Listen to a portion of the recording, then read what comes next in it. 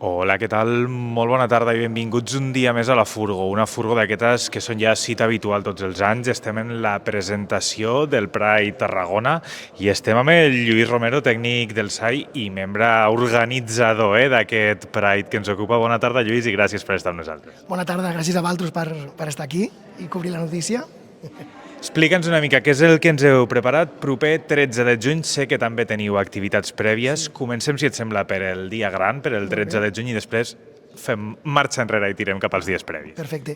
Bueno, hem preparat un seguit d'activitats de tot tipus, perquè entenem que també la ubicació Corsini fa que sigui un espai molt familiar. Llavors, al matí arrenquem amb una fira d'entitats, on participen moltes entitats del territori i també a nivell català. Hi ha activitats més adreçades a les famílies. Hi ha des d'espectacles de màgia, hi ha pintacares, hi ha uns bingos musicals molt divertits que fa l'entitat H2O, hi ha una miqueta com de DJ. Llavors, al matí serà molt per estar a la plaça, conèixer les entitats LGTBI que puguin explicar què estan fent en el seu dia a dia, i aquesta part com de dinamització molt divertida. No? Sí que plegarem cap a la 1, perquè sí que hem vist que ja el 13 de juny fa molta calor, i llavors al migdia a vegades és una miqueta insostenible estar al mercat, llavors hem reduït una miqueta la part del matí. Llavors ja ens reemplacem a les 6 de la tarda, que hi ha la concentració per participar a la marxa. Llavors la marxa surt a les 7, però de 6 a 7 estarem com calentant motors. Quedem a l'alçada dels Despullats, en aquest tram de la Rambla, i les carrosses aniran com aparcant-se allí, també la batucada, i estarem fent dinamització, com que la gent que vagi venint, podem pintar cares, hi haurà música, estarem fent una mica com de calentant motores.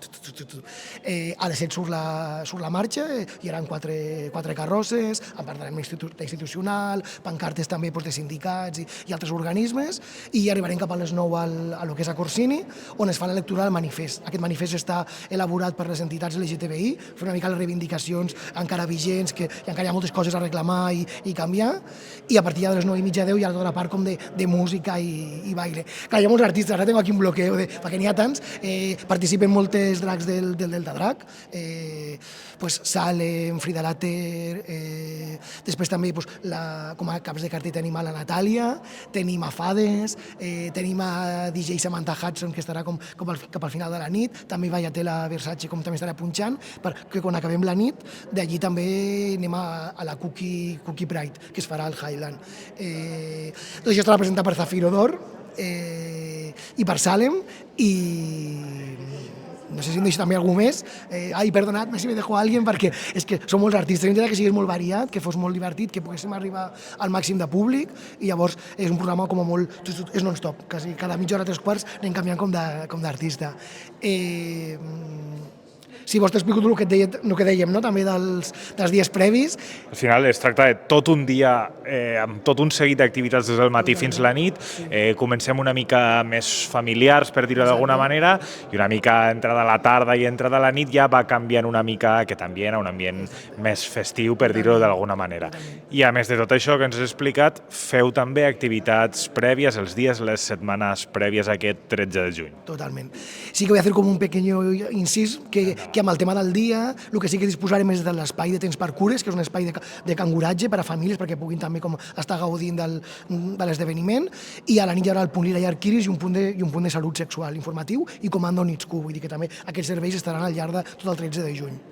I voy a les activitats aquestes prèvies. Comencem ja el dia 3 de juny amb una presentació del llibre, que és Cuando los gays perdimos el miedo, presentat pel Jordi Petit. En aquest llibre una mica està organitzat per l'Associació d'Expresos del Franquisme, i una mica ens expliquen com era tota la vida de la comunitat LGTB quan encara hi havia lleis repressores que ens perseguien, no? La llei de vagos i maleantes, la llei de perillositat social. Això feia que et poguessin detindre, et poguessin ficar a la presó, et poguessin fer inclús com teràpies de conversió. Llavors això explica aquest relat en primera persona de com van viure aquestes situacions perquè van ser presos del franquisme per ser LGTBI, i serà una mica aquesta part. Això es farà el dia 3 de juny a les 6:30 a la llibreria al Soterrani.